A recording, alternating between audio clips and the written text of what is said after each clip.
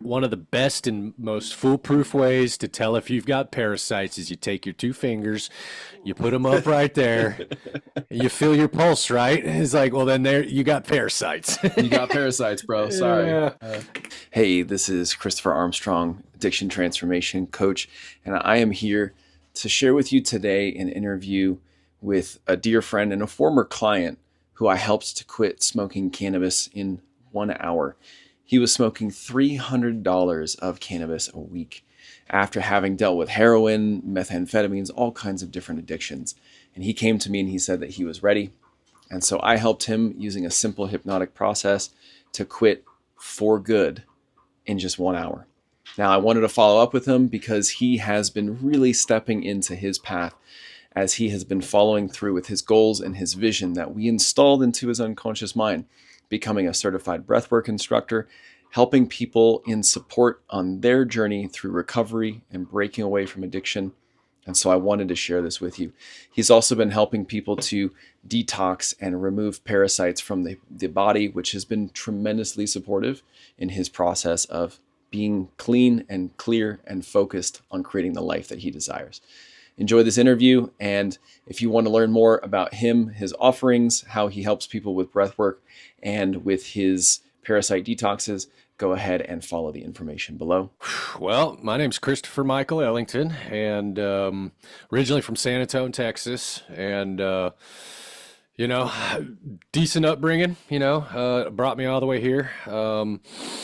And somewhere throughout the time from being raised, I got sideways, bro, and started doing lots of drugs, lots of copious amounts of drugs, I should say, everything under the sun, and that brought me to here, and I'm trying to sum it kind of up as quickly as possible without extending it, but um, it didn't matter how good of an upbringing I had. It didn't matter like what the circumstances were. I still got introduced to drugs, and I still lost control to them. And I really find that it was because I didn't really have the tools that I have now, like you have brought me to, and really understanding the subconscious mind and how it really truly plays a role in addiction and all these different things. And other than I guess just going through it and the whole pain of the withdrawals and all that, that was probably my best teacher. Um, Yeah. you know, You went through a classic process, a 12-step rehab. What did you do to get off the Oh, dude, big stuff? I've been to I've been to rehab, countless rehabs, countless jail stints, and I find that the rehabs and all of that other stuff was just hindering me from the actual process itself because I got somewhere down in my subconscious mind, I figured, oh, I can do all this, heroin and everything else, and I'll just end up, once it gets bad enough, I'll go to rehab and I'll take some drugs to get off these drugs, and then they'll wean me off those drugs with some other drugs, and it's just a never-ending loop, dude. So I never truly sat with the pain until I went to jail this last time. I got arrested and ended up, I was just sticking myself with heroin needles and smoking meth and coke and you name it, I was doing it. And um, I went to jail in Comal County, and this is like a pretty primitive jail. Like they don't give you any kind of detox meds or anything like that. And I remember I was trying to weasel my way into that realm. Like, oh, I'm on benzos, and if you don't give me this, I'm gonna end up having seizures. And I remember faking seizures to like see if they would give me give me Yeah. some type of benzos. And they were like, well, one of two things is gonna happen here, son. You're either gonna die right there on the floor, or you're going to process through everything and you're going to be sick for a few weeks or months and you're going to make it through. And I'm like, man, it's like, fuck you, Ooh. dude. It's like, fuck you. And I hated them for a long time, bro. But now I give them all the praise in the world. I'm like, dude, if it wasn't for these guards and for the nurses to tell me, hey, man, you're in the thick of it now, buddy. Like, Yeah. buckle up, bucko. If it Just wasn't for good that, medicine. yeah, dude. And I'm just like, and I love my parents like so much. They tried to do everything they could, and they ended up like getting me put on benzos and different things when I was younger. And I feel like that's what kind of led me to the harder stuff. And but they were doing the best that they knew how, dude, you know? That's the way it works. We're always yeah. doing the best that we can with the tools that we have, even if it's shitty. Like, yeah. So I work with the men here in the Bay County Jail. They have a program called the Lifeline Program, and the nonprofit that I work with is called A New Day, and we kind of mentor the men there, and we kind of help them get their ducks in a row, you know, as far as housing and, you know, getting goals aligned and all that kind of stuff. You know, just the bare essentials. And I just realized, man, I was steady, you know, and we talk to them, they're all addicts, you know, they all have addiction problems of some sort. And, you know, I'd been talking to them for about 3 years, but dude, every single day I'd wake up, I'd smoke a joint, maybe 2 or 3 or 10. I constantly had my vape pen in my hand from time I woke up, time I went to bed. And I just realized, like, bro, you're teaching these men. And at one point, before I even, like, you know, at one point I was actually trafficking. I was bringing weed in through the mail and all this other stuff, dude. And I'm just like, yo, this does not align, bro. Like, this is not, like, how can you be teaching that? And this is what was going on in my head. I was like, how can you be even thinking to have these men take you seriously if you are sitting there telling them not to do the same exact thing that you are doing, bro? Like, it doesn't matter if it's weed, crack, whatever, bro. It's all in the same, under the same umbrella. So that was weighing heavy on me, bro. And I forgot what it was, man. I ended up following your page, and I forget exactly where I came across you. It may have been Jonathan sharing your stuff on his stories, but we sat together in one of his men's circles. He was doing a men's group online, and he invited me to pop in. And I remember you logging in, and that's what it was. I was like, oh, this is an interesting energy. Yeah. It was like, this guy's got a sense of humor. He got that Texas swagger. Yeah. And I was like, all right, cool. Yeah, I think that's where we first kind of connected, and then the conversation just jumped in from there. Yeah. And I think the thing that struck me the most about it was, it was like that idea of congruency, right? Yeah. You're preaching one thing and still living something else. Mm. And I don't know about you, but I've done that before. And you can only hold it for so long before either you crack or something around you cracks. Oh yeah. Right? Yeah. Oh, and it was everything, bro. I was just like I said, man, it irked me to my core, dude. And for some reason I just couldn't put the vape thing down. And I knew it was, you know, the weed, for one, is not the same as it used to be. They're putting all sorts of addictive ingredients and additives in it now. And it's like, but even then, you know, I was like, there's something subconsciously going on that I didn't even know about. I had no idea about the subconscious mind. And then I started kind of tuning into you, and then I started hearing you talk about the whole, like, okay, I can help you quit in 60 minutes. And I'm like, yeah, my ass, dude. That's really what I thought. I was like, no fucking way, dude. Like, I've been trying to quit for years, and there is no way that it can be that easy, you know? And that's just, I guess, the subconscious programming that I had. You know, I figured with all this stuff, oh, you got to go to rehab, you got to do the 12 steps, you got to do this. And I'm just like, nah, dude. I was like, it's something just, we started talking, you know, chopping it up about that. And then I'm like, okay, man. I was like, you know, $1,000 sounded like a lot at first, but then I'm like, dude, how much money are you spending every day to go to the dispensary? At least, bottom line, I was smoking about, you know, when I moved down here, it was probably about $30, $40 to $60 a day smoking. Ooh. And you know, and ooh. Yeah. And it was way different from when I was in California. California, we were growing it, supplying it. So I was smoking like 2 ounces a day there, and it was like, whatever, you know, it was child's play. But here I was like spending my own hard-earned money and, gas to get to the dispensary. I added it all up, and I'm like, bro, I'll make that $1,000 back, like weeks, you know?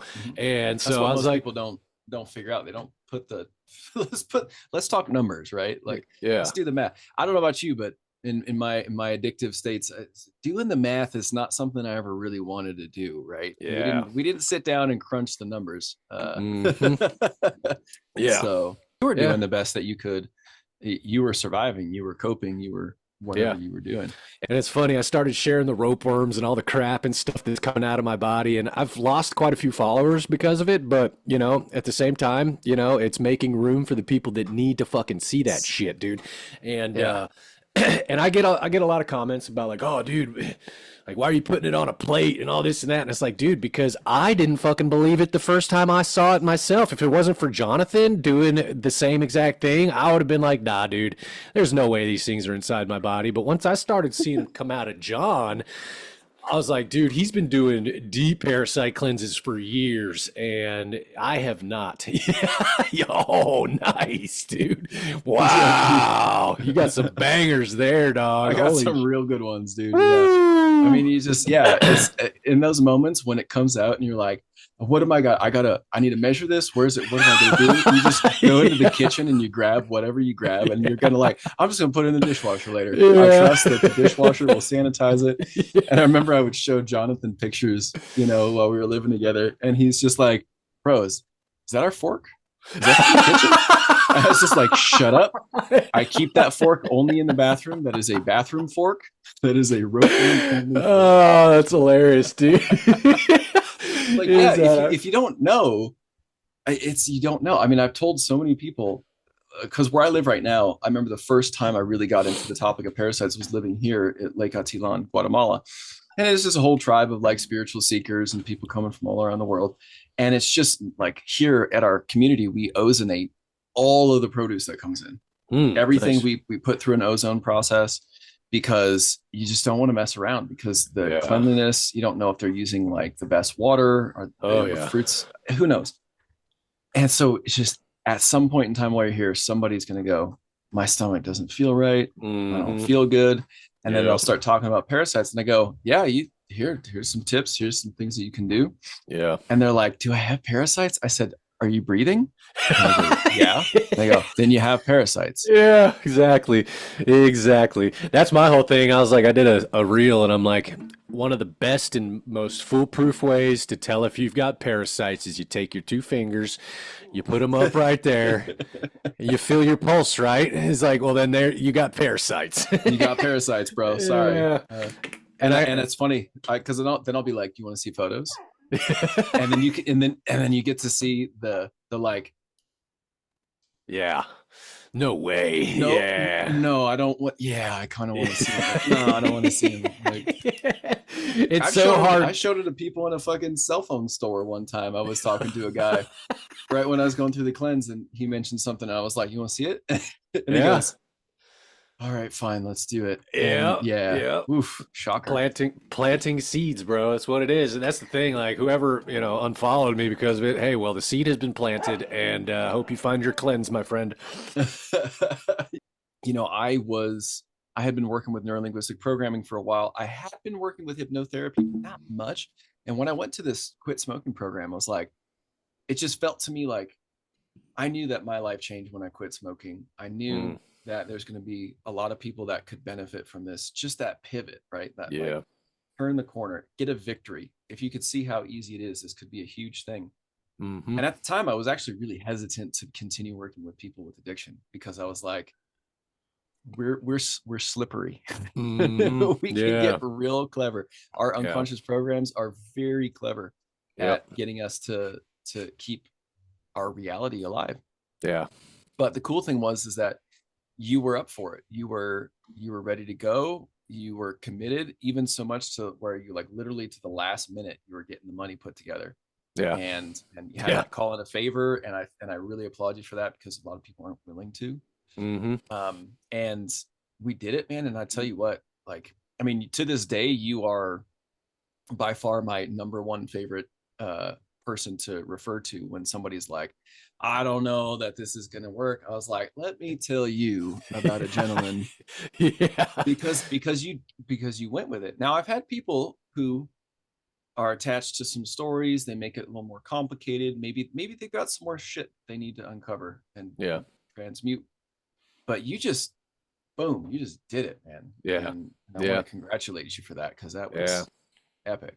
I truly appreciate that, man. And dude, the space you hold is incredible. And one of these days I will go through that program that you did, because I feel like that's It's so pivotal, especially like my realm that I work with, because I see, all my mentees and things, they get out of jail, and when I got out of jail, I wasn't completely cured and everything. That pain was there, but I went back to smoking meth and I went back to smoking weed. But I knew I was like, okay, we got to stop this. So I ended up moving to California, and then I never touched meth or anything again. But I was still smoking weed, and now I see all my mentees, they get out and they've got their freaking vapors in their hand, the little like cigarette vapes, and smoking stogies, and Yep. it's better than smoking crack. Yes, I get it. But it's like, at what point do you need to put that shit down, dude? And it's like, it's just not good for you, bro. And I see the same type of resentment that they have towards themselves. I can see it because I had it in myself, and I can see like, man, like, fuck, dude, I don't want to be smoking these things, like, but here I am. And it's like, But man, it's a means to an end. It's a survival mechanism, right? I yeah, mean, it's at yeah, the end of the day, and that's why this process and the processes that I work with are so effective. Because like, remember we talked about this. What's the number one priority of your unconscious mind, your subconscious? What's the number one keep thing? keep you alive. Keep you alive. Absolutely. Hmm. Now you're going, well, why am I habitually smoking something or habitually using a substance?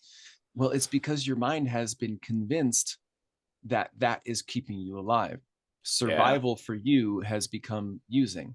Mm. And for me, it showed up in trying to fit in, right? Hmm. Not being the only one that's not high at a party, Yes. not being the only one without a cigarette in their hand, Yep. dating somebody who was smoking. And then so it was just like, well, if I got to keep this relationship going, I can't, Yeah. I gotta be doing what they're doing. You know how many conversations I've had with people who are in partnerships and they're like, I started again because they started. I'm like, well, you're just giving your power away, but okay. Yeah. Oh yeah. But we get to flip that switch. We get to switch that around and say, actually, your survival mechanism, in fact, is killing you. Yeah. So, and then the unconscious mind goes, oh, okay, all right, Yep. and it makes that change because Yeah. at the end of the day, like, I mean, I like that you share this, and thank you for bringing that up. That you had, like, on paper, you had a solid childhood. Like, you brought up in a, what seems like what you weren't growing up in a meth den or something Yeah. like that, Oh right? no, far from it. Yeah.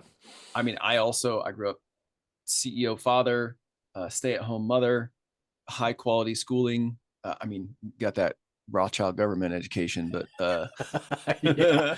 Yep. that's a whole other type of brainwashing and hypnosis. But Yeah. Oh that's yeah. another topic for later. But Yep. I grew up in those things, and I was a straight A student, a high performer, top of my class. I was a professional. I was suit and tie. I was very well put together. And I wondered so many times, I'm like, I grew up with everything that I needed. Hmm. Why am I doing this? Yeah. And what I have uncovered recently and have learned, as thank God, people like Dr. Gabor Mate, different authors like the book The Body Keeps the Score. I've been reading one, Adult Children of Emotionally, was it like Emotionally Incapable Parents or something like that? Hmm. There's all these books, and Tim Fletcher is a great speaker, and he's in rehab, but he focuses on complex trauma. And he basically says Mm. that your trauma was not, I got in a car accident or I got beat when I was a kid. It could have been, but it was like over a long period of time. I didn't have my needs met. Mm. Yeah. I didn't have, and for me, I had all the toys I needed. I had the physical safety. I had I had a car when I was 16 that I could drive around. I had all the Yeah. things, but I didn't have a family who could hold space for me emotionally, who could help me to Mm. understand my emotions. Yeah. But the thing Yeah. is that their addictions are normal: food, work, television, shopping, right? Yep. Yep. Coffee. I mean, alcohol. I mean, that was mine Yeah. for a long time, having been Yep. a wine taster. Yep. But then all of a sudden I got into the extreme stuff, and I'm like, why am I so different? What's going on with me? And Mm. it's because I didn't get what I needed. Yeah. Right? We didn't Yep. get what we needed. And I can say that because we wouldn't have gone through the journeys that we did Yeah. if we had gotten what we needed. Yes. Right? You mentioned a little bit about the tools. Tell me a little bit about what keeps you in that zone where you want to be. Well, so I feel like if so, I got the NLP from you, and that, so I started focusing on gut health. I realized that gut health was really also something that was holding me back, and that's kind of what led me to Jonathan. So I started putting the correlation of gut health and addiction together and realizing that they go hand in hand. And a compromised gut microbiome is, in fact, a precursor to addiction problems and different things because you're not making serotonin properly and you're just predisposed to wanting to supplement that. So I realized. Yeah, so I realized that, and I'm like, oh, it makes sense. And then I started taking my gut health into my hands, and I felt amazing. And then I'm like, okay, well, we got to this plateau, and now it's kind of evened out. And I'm like, well, I'm still hanging up on stuff, dude. And then I came across your services, and then through about the same time, I started going into somatic breath work. I found the somatic breath work, and Chills. yeah, oh, me too, bro, me too. Chills. So I was dabbling in, Breath of Fire, Wim Hof, and all these different things. I loved it, but I was kind of just doing it as like a way to like almost get high on my own supply. I was like, oh, I like the way it feels. I get spacey, and and that's kind of spending 45 minutes a day. And so I was like, okay, well, but why am I feeling that way? So I started asking why and started uncovering things. And then I found somatic breath work online, the Soma IQ, and they kept popping up in my feed. And I'm like, and I would click off of it. I'm like, okay, dude, I see this ad like 15 times a day. I don't want to see it again. And I would say, I'm not interested. And I got to the point where I was saying, I don't want to see it. It's inappropriate, and hopefully it would fall out of my thing. And it kept popping up, dude. And I'm like, then they said, come out to a somatic 4-day free practitioners thing if you're interested in maybe teaching this or learning what it's all about. And I remember I lay down in my bed for the first day of the class of the course. They walk you through a somatic session, and that session was so fucking powerful, dude. I was bawling, I was screaming, I was laughing, I was moving through sexual energy, every single facet of energy that we have as a human being. I was working through all the traumas that I had popped up, my son passing away. I was connecting with it all and then able to move through it all, dude, and let it move through me. And I felt so amazing, dude, after that call. And I just remember on the repatterning phase, I was sitting there and he said, how good can you let yourself feel? And I just breathed into that feeling, started laughing and like a little kid. And then I thought right then and there, I was like, I've got to figure out how to teach this stuff. Like, I'm sold, bro. And similar to when I had that aha moment with quitting smoking, I was like, you know what, whatever I got to do to make this happen, I'm going to do it. And I called up Mom Dukes. I said, Mom, I found the missing link. I want to take this school. I want to do this class. And she didn't even bat an eye. She said, okay. And we got, I tried to do it myself, but my credit for some reason was not letting me do the welcome to the system. Yeah. So I'm just like, you know what? Down. Yeah. So I had her sign up under her name, sign me up, and got on the payment plan thing. And it was really reasonable, dude. So it's something that I could do and pay back. And it's a 12-week course, and that was like the missing link, bro. And then I'm like, dude, and I've just now started my practicums about 2 weeks ago, and I've walked, I want to say 4 people through their journeys, and being able to witness them go through that process that I went through, and to have all of that emotion and all these things that they get to have move through them and make peace with, and no longer let them be weighed down because of it. It lights my fires up, dude. And that's how, and now I'm combining both, the gut health with that, because I was seeing with clients and things, people that would go through the same protocols that I did, where I saw so many great things, I cleaned up my gut. These people were unable to find any type of healing. And I'm like, why? Like, what is going on? And it was because they were still holding on to the traumas and all of the other stuff that was keeping them in that fight or flight mode. So the somatic breath work is great at letting us get to that fight or flight mode in a safe container. It brings you up there in the first few rounds, and then the repatterning rounds we're able to teach you on a subconscious and a physical level how to repattern your breath and how to tame your nervous system and work with it to where you can remain calm even when the shit is hitting the fan, you know? And so that just That's appealed so to me. important. Oh yeah. So important. I knew that's what I had found. And then and I had the same aha moment. And that's why I said I will definitely learn the NLP thing eventually and how to help people with that. Because the smoking is, man, like I see it now, like my neighbor, bro, she's always out there smoking and I hear her coughing and I smell it now. And I'm just like, oh, like, dude, Yeah. yeah, it's like, It's the you body know, registers it as a poison. yeah, and I can smell I no longer smell the things that were appealing to me. Like she's smoking the weed that I used to like to smoke, the real skunky, like cheesy doo-doo terps. And it just, now I can smell the chemicals in it. And my landlord too, she smokes cigarettes like a sieve, and I would sit out there and smoke with her. And she came back the other day from North Carolina, and she, like, you know, my thing with, I would only smoke a couple, maybe one or two with her a day. And that was the gist of my cigarettes. Like, you know, I was smoking 2 or 3 packs a day. And then I was like, oh, well, I've kind of kicked that habit, but weed, you know. But anyway, she came back and she's like, oh, here, you know, handed me the pack of cigarettes. I said, oh, it's like, no, thank you. I was like, I'm a non-smoker and I'll breathe. yeah, exactly, dude. I saw you had that water bottle.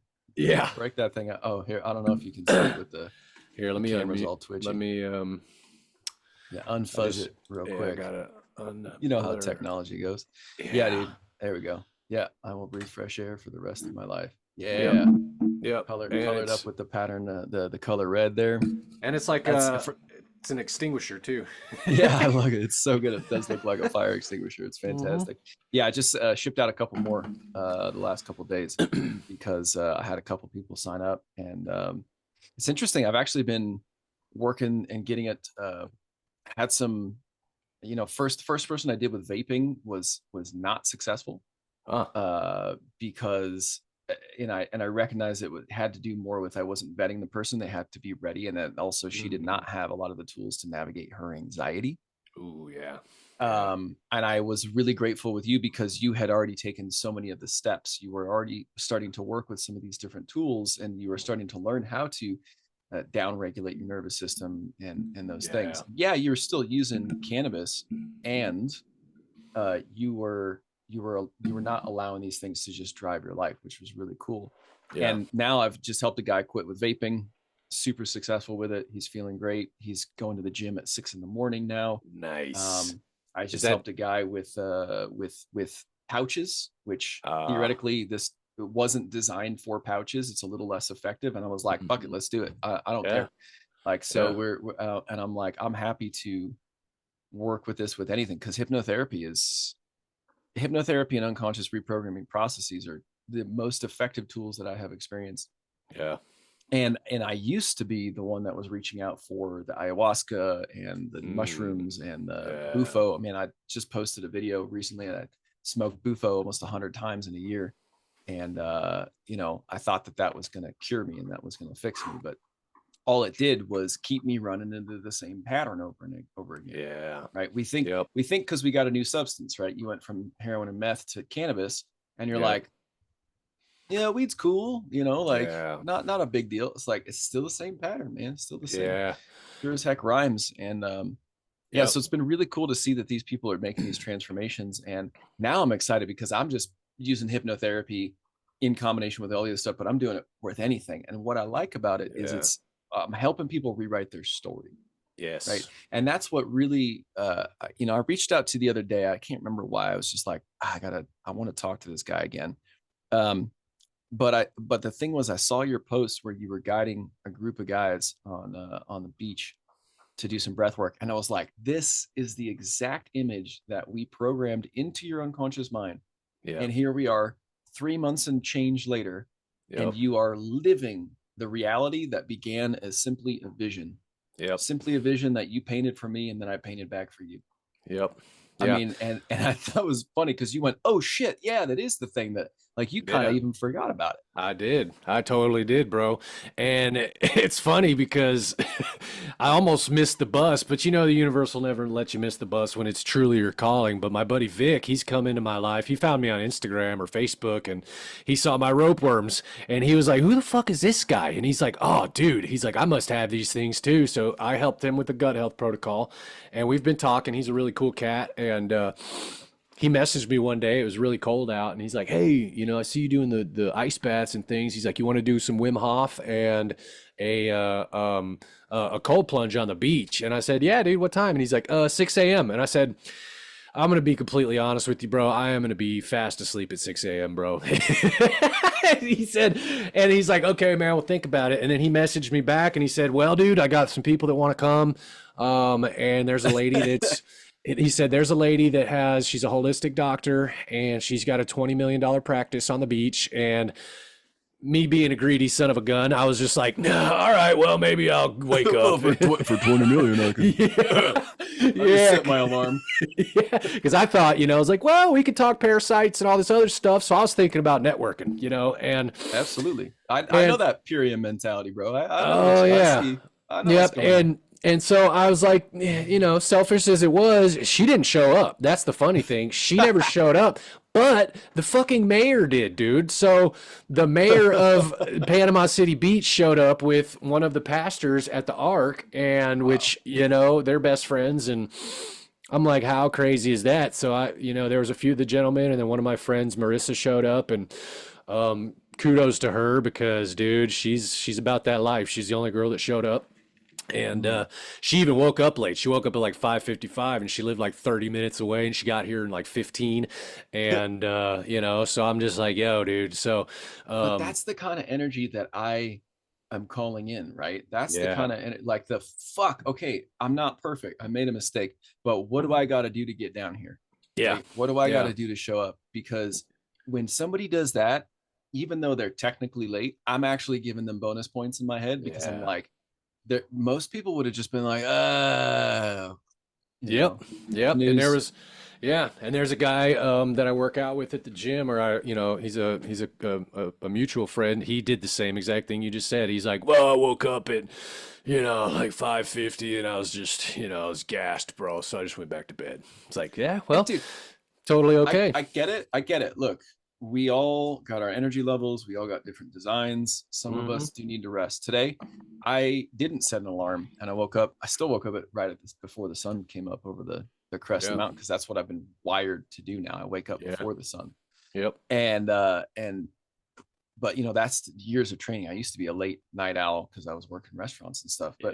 But for me, it was like, yeah, what do I got to do? And I mean, I think this is an important thing. It's just kind of popping in my head. It's like, it's almost like you said about the beauty of the shitty rehab and the withdrawals and everything. For me, it was like the beauty of the rock bottom. I hit rock bottom and I bounced a couple of times, right? I did not immediately perk back up and was like, yeah, I'm gonna conquer the world. Right. It was just like, oh, this sucks. And then there it is again. And there it is again. But the cool thing about rock bottom, because I separated from my wife. I cheated on her. I hid a drug addiction from her. It was cocaine, that Bolivian marching powder when I was living down in Bolivia. I didn't tell her. She eventually found out about the infidelity later after we got divorced. She's so confused. I was living in Oregon and I jumped immediately. There wasn't even a fucking gap between my marriage to the next relationship. And it was just as chaotic. It's just different. And at one point in time, we were at a bar at a networking event, and I was working in trying to sell some Bolivian spirits. I was working with a company. We were importing Bolivian wine and spirits. And we were out for this networking event. I had a couple of cocktails in me, and she accused me of flirting with other women. And I don't know, probably, maybe who knows? I have no idea. It doesn't really matter. Yeah. I didn't want to hear it, bro. And I was like, I'm out. She started, like nagging on me. I don't know, whatever it was. That's my word, but and I just said, I'm out of here. So I walked outside. I got on my bike. I put on a podcast because I didn't want to think. I had a burrito in my backpack that I had made for myself. It's a vegan burrito. It's really living the Portland life, fucking bicycles and burritos, man. Yeah. And I ride my bike home and I eat that burrito while I'm on my bike because I want to distract and cope from all of these emotions. I don't want to feel a fucking thing. So I'm literally eating this burrito on my bike. I have to change the chain ring for the big chain ring on my bike because I'm going uphill. And I push with the opposite hand and I knock myself off my bike and I break my arm. Oh, yeah. And I called that woman and I said, hey, I need your help because I didn't really know anyone. She helped me get to the hospital. And that was like when she was just, because she's like, I can't do this. And I'm going, oh my God, what have I done in my life to where my rebound is now like pushing me away? Yeah. And that was where I first found Wim Hof breathing. Nice. Because I was like working as a waiter. Couldn't do management anymore.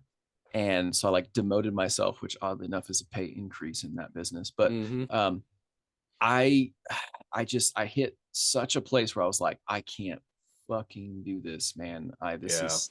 And so I just went online. I think I went like how to heal faster. And I started to find guided meditations, visualizing the white orb of light and all this stuff. And it kind of reminded me of Fight Club. And when they were visiting those cancer circles or whatever, which seems so foreign to me. I never did 12-step or anything at that point. Yeah. But then I started breathing and wow, I was fascinated by it. And I think I healed that in like 6 weeks instead of 8 and got back on the road. And then from there, it was like that led to meditation, which then led to, I quit drinking. And so the cool thing about that rock bottom for me is like, I finally had a stable place, albeit low and shitty, but a stable place from which to push myself up off the ground and go, absolutely, I can't deal with this. And I think we talked about this is like, humans don't change unless the pain of change becomes less than the pain of staying the same. Ooh, yeah. Right? And I think you were there when we were talking, you were dancing with it. Oh yeah. But then you hit it. And I just, again, I want to applaud you that you followed through and to see the transformation that you're making. And I believe that so many of us that you're in my position, which is like, we're inspired to help each other. We've gone through it, man. Like, we have gone through it. Why did we choose to go through it? Why did we do that when we had such a quote unquote good upbringing? It's because we came here to be leaders. We came here to help other people. And to see you now just reaching back and putting your hand out and saying, I might only be a step or two ahead of you, but come on, let's go. Yeah, let's go. And that has been so beautiful to witness. I mean, how does it feel for you? Oh, bro, it's amazing. And the whole question comes up, why did we sign up for this? And it's like, why did we go through that? And my question, like the only answer that I can come up with is because that pain is what qualifies us, bro. You could have 17 million doctorates and all this other stuff and addiction. And if you never went through it, homeboy, I don't want to hear it from you, dude. I don't want to hear your advice about like what to do next. And, you have all these, degrees and all that, but okay, you got degrees, but have you ever stuck a needle in your arm and then come back from it? And how did you do it? Oh, well, no, I can just tell you. Have you ever woken up with no pants on in some other woman's house with your wallet and your phone missing, and you got to explain to your wife where the fuck you been because it's noon on a Saturday? I had a similar experience. I was seeing a therapist in Portland, and my drinking it wasn't as like it was before, but I could still easily go to a wine tasting event or a wine tasting group, a study group.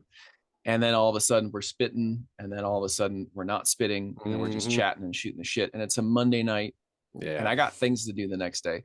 And I wasn't hungover, but I wasn't sleeping well. Yeah. And so all of a sudden I'm going, this doesn't really work. And I'm talking to my therapist and I'm saying like, it's just like I ended up having 2 or 3 drinks last night, and I don't feel terrible, but I just feel kind of negative, and I feel like I'm in this thought spiral. And he's just like, oh, and I'm looking at him, I'm going, you have never blacked out. You have never woken up in a cab, fallen asleep, woken up in another cab, fallen asleep, woken up in an absinthe bar in the Czech Republic, and you don't know how to get home because you don't speak the language. Yeah. Like, I couldn't relate to that person because he couldn't relate to me. Exactly. Yep. I need to have that person that goes, maybe I didn't have that exact experience, but I feel you. Yeah. right? Yeah. That you can feel that person's pain because you have lived some version of it, Yeah. and they will take us more seriously than whatever ZocDoc therapy online kind of. Yep. And that's been my experience with the ministry. Like, God bless the dude that got me into it. But he formed this ministry because his son had a friend that passed away from heroin overdose and things like that. His son dealt with a little bit of addiction stuff, but his son never did any of the day-to-day stuff. He kind of just hung the shingle. And my buddy Greg would be and Greg's like a general in the Air Force. So he's like brigadier general, nicest dude ever, but he doesn't take no shit. He doesn't put out no shit, doesn't take any shit, runs a real type ship, but he is the one that was doing the day to day. He has a heart to serve. And, he felt he got called elsewhere. And I find that it was because he wasn't really connecting with the men. But he served his purpose. He got me in the door and I kind of took over the thing. And that's what I saw happen was because he didn't really have that connection, bro. He didn't have the he just didn't have that experience to really truly help them in that way. And really, I don't really talk to them about too much advice or anything. I just listen, bro. That's my whole thing is I ask questions, I listen. And, when I first started, I had all these things that I would like add, guidelines for the conversation and all that. But now I just get on there, we chop it up. We have little 30 minutes that we talk every Monday. And then every once in a while, I'll go out to the jail and speak in front of these guys.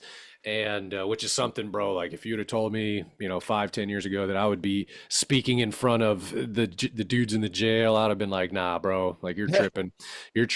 But now it makes sense. And that's why I went through the jails and all the other things, because I understand what it's like now. And it's like, okay, man, well, rock bottom is the best place that you can possibly be at this point. Because just like you said, there is nowhere else to go but up, and now you have a solid foundation to push your ass up off of, dude. So it ain't pretty, it ain't fun, but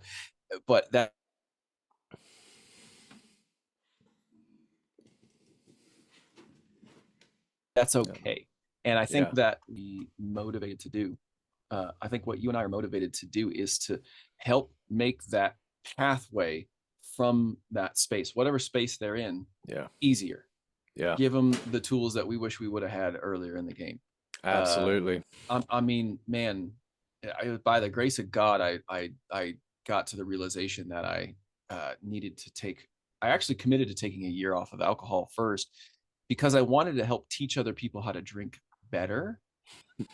I was still dedicated. I mean, I got fucking wine corkscrew on my tattooed on my forearm when I got certified as a sommelier. I was very identified as a professional wine taster. It was very ego driven. I had the suit with the little kerchief and the nice fat knot. And I was like, pissing contests with other people to tell them, like, oh, actually I smell tennis balls and cat urine in this one. Those are legitimate descriptors. Yeah, they are. A Riesling and a Sauvignon Blanc. So, but here's the thing. Like, I knew that I wanted to help people, but I was still in it. And then all of a sudden this podcast came out. I think it was Rich Roll podcast. And he labels himself as an alcoholic, recovered alcoholic. I don't like those labels because those labels are spells. Yeah, exactly. So I never resonated with 12-step. I am not my behavior. I am a person. I am, as a woman recently described, a narrow band of awareness occupying this pyramid and temple of dust and breath. I like that. Yeah. Yeah, right. And so I'm going, I wanted to help people to not have the experiences that I did, but I was still focused on using wine as my medium. And then I realized, how can I teach people to drink better if I'm not doing it on a day-to-day basis? Right. It comes back to the conversation we had about congruency. Yeah. How could I teach them if I'm not living what I'm teaching? And so I was inspired by the 1 year no beer process, which the guy said, just gift yourself a year away from alcohol. And I went, ooh. Yeah. Remember we talk in NLP about reframing, right? Yep. Let's change the story. It's not, I have to quit for a year. It's, I'm going to gift myself a year free so I can see what life could feel like. Yeah. And do you know how many days it took me before I realized I was never going to drink again? 19. Wow. You're like, dude, I feel 19 years. amazing. Yeah. I was literally running in the park in Portland, and I was stressed out. I was still selling wine. I was hustling wine. I was importing wine. I was still in the thing. It was in the sauce, but I was stressed out, and I ran to the park, and I saw this like glint of light flying at my eyes, and I'm going, what is that? It's too low for the sun. And it was a guy with a 32-inch gong and 20 Tibetan sound healing bowls. Oh, And he looked nice. like Jesus. And I walked up and I was like, what's this? And he came down, and I swear to God, he literally got on his knees, and he kissed my feet. And he said, I love you, brother.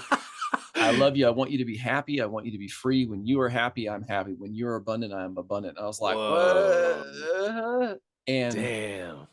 all of a sudden, there's this other woman came up, and I said, I quit drinking 3 weeks ago. And then I just started crying, and I had all these tears come out. And a Wow. huge release, and they held me, and it used to feel like I was going to be isolated or laughed at if I was going Yeah. to cry. Yeah. And you know this, the releases that we can have with breath work and stuff. Oh man. Yeah. And I just had this huge release, and he goes, lie down. And he just, bing, and he just glonged me for like 20 minutes. And I walked out of Wow. that, and I went home, and I wrote down on a note card, because I was practicing positive, like Think and Grow Rich and power positive thinking. Mm-hmm. And I wrote down on that note card, there's no going back. Yeah. And I was like, oh shit. It only took me another month and a half to get fired from my job as a wine salesman. Yeah. And at Because I that wasn't point, drinking the punch. yeah. And at that point, you were already probably looking subconsciously for a way to get the fuck out of that job, and without being like, fuck you, I'm out. All of your Because I actions. wouldn't have quit. Yeah. I Yeah. was so attached to this idea that I was not a quitter, that I was going to push through. Yep. So I wasn't going to quit. Yep. But man, I tell you what, it worked out perfectly, right? Yep. And Yep. and I guess that's, it's like your journey towards improvement took you to the detox, took you to the hypnosis and the NLP, takes you to this place where now you're guiding people. Mhm. And I see that you're just going to keep leveling up, which is really beautiful to witness. Amen. I imagine that your words are carrying so much more power because you are in congruency. Yeah. I'm just seeing that you're having more fun on your Yeah. social media. Yeah. Like cracking jokes about, sipping coffee out of your butthole. And, The ass crackens. Yeah. it's like, dude. it's, and it's funny because I'm noticing myself, like I went the raw vegan path, did that for like 6-7 months. And, Yeah. and then I couldn't, I wasn't ready to go that next level on it. And I started because I was missing the social aspect of food. Yes, I was dude. missing, people would offer me something. I was just immediately going like, nope. Yeah, And that dude. energy is challenging. So I still eat vegan. I still eat plant-based. I'm not a vegan. I eat a vegan diet. Yeah.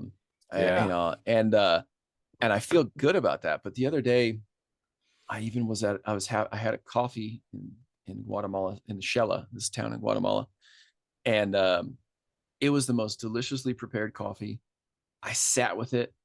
I recorded a video about it, and I just like explained the wave that I was riding, because these things coffee's a hell of a drug if you get off of it for a while. Oh yeah. It's like a trip, dude. I mean, I was tripping. Yeah. And then I ended up having a dessert which had a little bit of butter and a little bit of because it had a puff pastry. Yeah. But dude, it was so good. And I was like, Yeah. I don't have to be so rigid. Yeah. I can be present and love my experience, and I can have fun, and I can be joyful. Yep. And I don't have to castigate myself. I don't have to punish myself. Yes. Right. Yes. And I think for me, that's been a true sign of my evolution, is that I don't have to be so rigid. Yeah. And I won't fall into like, I ain't drinking coffee again. Yeah. I felt the crap. I knew it was going to happen. Yeah. But I celebrated my coffee. I enjoyed every moment of it. I recorded a video. I shared about it. I had like such an experience. Yep. I was like, now I'm not going to do that with marijuana. I'm not going to do that with tobacco. I'm not going to, there's a lot of things I won't do that with. Yeah. But I think it's so important for us to have fun, right? Yeah. Oh yeah. Yeah. And I find as a chef, because that was my first profession, I went to all the culinary schools and different things and worked in the industry. And that's another programming that I've struggled with, and it's like I did the raw vegan thing as well. And then I'm just like, dude, like you said, I I miss the tasting menus and all the different things, bro. And it just there is that connection that I'm just like, okay, bro. There's something there, but at the same time, I am gonna treat that like ceremony, and I am gonna enjoy the Yes. fuck out of it, dude, because it is Oh yeah. delicious, so Ritual. good. Yeah. I was so in that. It was like it was a laminate. That's, I'm translating from Spanish. Like little thin layers of pastry dough with like a little chocolate kind of cream, Mm-hmm. just little dots of chocolate cream, caramelized banana sauce with a little bit of brandy Oh, in it, yeah, and like, oh my god! And they have these yeah, tiny bananas that are this big, and they're yeah. just, Real bananas. Yeah, real bananas with oh, the seeds in them and stuff. oh Yeah. yeah. And I had that, and I was like, I felt alive because I smelled it, I tasted it, I Mm, savored the perspective, the view. I was yeah. expressing gratitude to the chef. Like, I Yes. was so present, and it was a ritual, Yep. right? Yep. And it wasn't just me like I was doing earlier today, because I'm still having some challenges, especially when it comes to food. Yeah. Because that is the original OG coping mechanism for Yes. humans, for Yep. myself, my family. That was our drug of choice. I was sitting there with like banana, a spoon, and a jar of locally organic peanut butter, and that was not a ritual, Yeah. right? And so I'm sitting there going like, yeah, okay, I see that, I see it. Mm-hmm. All right, there's a path forward, but to be able to also savor and appreciate the moments when I am fully present with my food Yeah. has been a beautiful thing. So I think, yeah, it's the spiral, right? Yeah. Will, it's like, no doubt you and I at times are going to find those moments where I'm going, oh, this is the same pattern that I played up before it Yeah. was heroin. Maybe Yeah. now it's maybe now it's women. Yeah. Uh maybe now it's my phone. Maybe I'm scrolling. Ah, you just Maybe said it. The phone. yeah. Yeah. Oh, yeah. Yeah. Actually, I want to do it. Yeah, that's inspiring me to do some hypnotherapy around the phone. Yeah. Uh, there's a trick my teacher did, where he installed a program where he'll open his phone and he'll open Instagram, but he has a program where he gets 1, 2, 3 swipes, and if he doesn't see anything engaging that's actually legitimately interesting, he automatically closes his phone. Huh. Interesting. Yeah. So that's that thing. It's not cutting it out. It's creating a healthy boundary, setting yourself up for success. And Ah. and he's like, yeah, I actually get good stuff out of Instagram. Yeah. Right. I Yeah. personally, I for now I'm off Instagram because YouTube's been so much more interesting. Mm. Um, Yeah. which but that's just because I like to be on YouTube. Yeah. Right. Yeah. And Instagram for me, I was addicted to the obligation, the false sense of obligation that I got to tell you everything that I'm doing at every moment of my day. True I was that. I was like I was like, oh man, this is beautiful. Yeah. Yeah. Yeah. Yeah, exactly. And I'm walking that fine line too. But it's Content like, creators got to do it, man. yeah, but the more I've been going to Thor's free what's it called that he has every Monday, and he has brought up the subject of, dude, you're not just posting. Every Mm. time you post, rewire your brain to think ceremony. Every post that you post is ceremonial. Okay. So Mm. rewire your brain to think that way. And then that way you are treating it as sacred space, because it truly is, man. Like, it can be sacred space if we allow it to be. And it can also be doom scrolling space. And, so Yep. it's really about how we treat it. Drifter beans. Yeah. So yeah, Thor's really 100%. helped me a lot with that. I've been That's getting a a good lot out of reframe, it. man. That's a Yeah. really good reframe. Yeah. Yeah, I that's super important. I mean, I really like, if I'm going to say one of the easiest, most powerful techniques that we can teach from neurolinguistic programming is definitely reframing, because Yeah. all it is we're just writing a different story. Yeah. Earlier today, what was I thinking about? Um, I was doing a 35-minute hit workout, and I was like, oh man, I'm getting a good sweat going on here. And for the first moment, I was going like, oh, this is a grind. And I'm like, oh, I got to spend 35 minutes doing this. And then I went, no, I get to feel fucking powerful after Yeah. investing 35 minutes in this. Yep. because I know how good I'm going to feel. And that's a whole lot different than, oh, I got 25 more minutes to go. Yeah. Oh, and it's a grind, bro. That's like, that's how I've been doing with the plank challenge. Is like I caught myself doing that today. I was like, I'm just not gonna look at the clock. I'm gonna sit there as long as I can, because then I would start looking and seeing like, oh man, we got another 3 minutes to go, and then that just drags on. Drifter beans. He's sitting over here growling. Well, it's funny because I'm not in the challenge, but every time I see Jonathan's thing pop up, I do it, and I'm like, Yeah. I did 3.5 minutes earlier today, Yep. and I said, like, I like it, man. I like, Yeah. and I could use the core strength for sure. And there's something about that challenge that I think, especially for us men, to challenge ourselves. I mean, I was in my peak physical state earlier this year when I did the 75 hard challenge. Oh yeah. While I was doing the healing a knee injury, doing a raw juice cleanse, and Yeah. like transformed. Now I've slid back a little bit, and also I go, it's not that I slid back, it's that I'm learning what doesn't work. Right. Yes. And now I can start to focus on what does work and get those things back in. So yeah, I like that. Reframing is super powerful, and and I think that it's funny because it seems so easy that sometimes we might just go like literally just take the fucking 30 seconds to ask yourself, what's a better way that I can phrase this experience? What's a better way that I can write it down? Literally write it down if you need to. Yeah. I mean, yeah.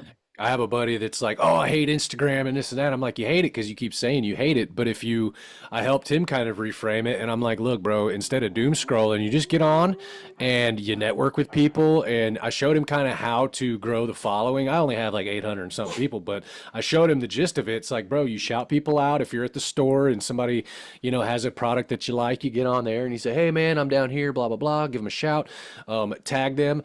And he's already grown his following, like almost 100 people. He started it yesterday, dude, or the day before. Nice. So I'm like, bro. Well, it's like we get to celebrate other people. Exactly. Like, I literally get to expand the power of my voice. I mean, Jesus Christ, the Savior, which, whether he was a real person or not, doesn't really matter to me.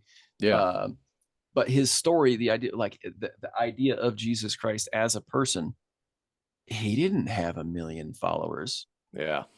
Can you imagine, like, if he would have had social media, bro? Like, I mean, a whole different situation. But he probably wouldn't have got strung up on the fucking cross, because there'd been 1 million people really pissed off seeing what's going on.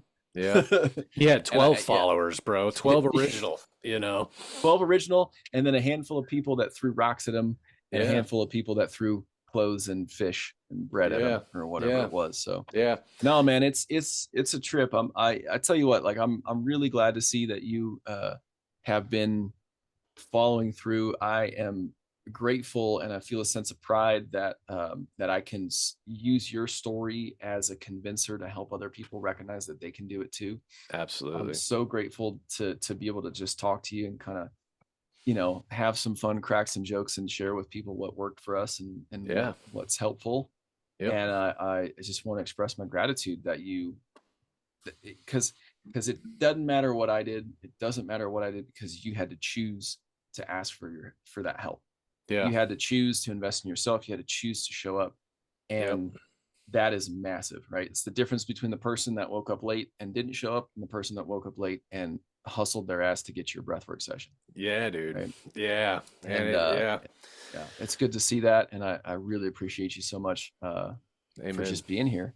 How, if somebody wants to learn more about breathing, as you're continuing to learn more about breathing, what's the best way to get in connection with you, follow you, all that good stuff? Well, Instagram's the best. I kind of deleted Facebook, but I deleted the app, but I'm still on there. But Instagram is Gut Health Gladiator, and I will soon be making a breathwork page. I think breathwork specific. To kind of capture that niche. But for now, I'm just kind of marrying both of them together, because they go hand in hand, bro. Breathwork and the gut health, it all goes pretty well together. So that's a good spot to find me. And just reach out to me there, and that's where that's where the magic happens, man. And love it. So yeah. Awesome. Well, super good to connect, super good to chat, and I'm excited to hear more. And let's talk some more about collaborating, because I think there's a lot of it's a lot of good support that we can help with the people that are in our communities. I'd love to get them Oh yeah, connected with you and vice versa. So absolutely. yeah, grateful that we, from some higher perspective, chose these avatars that were going to go through some weird, wild shit in Yep. the pathway of addiction and Yeah. all of these things, because yeah, I guess we needed some more Christophers out there with a solid facial hair game to Yeah. just spread the word.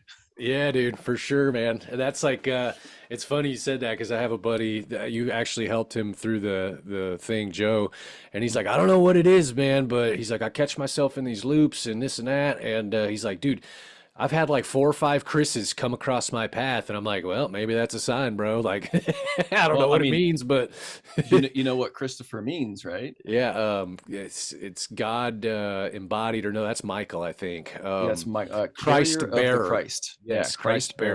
bearer. Yep. Yeah, Yep. exactly. So yeah, no, man. I mean, it's also the patron saint of the traveler, which Yes. is kind of cool. So And when we you're ready to come embody out it. to Guatemala, let's do some Yeah. breath work out here. Absolutely, bro. I Vice just got versa. my I just ordered my passport. It's coming, and I'm gonna be a traveling man again, bro. I've been kind of stuck, and I feel like it's coming to the head where I'm like, okay, passport comes, and I'm off, dude. Like it's time, dude, Nice. because now I have the skills to where I can go and be like, Mm-hmm. hey, I have something to offer, and I can make money while I'm doing it, and Yep. can pay the way. So, Yeah, yeah, man. And that's what a lot of us do here in the village that I'm living in. A lot of people doing different types of breath work, healing sessions. I've nice, been helping. I helped 2 local women, one expat, one local woman quit smoking this last week.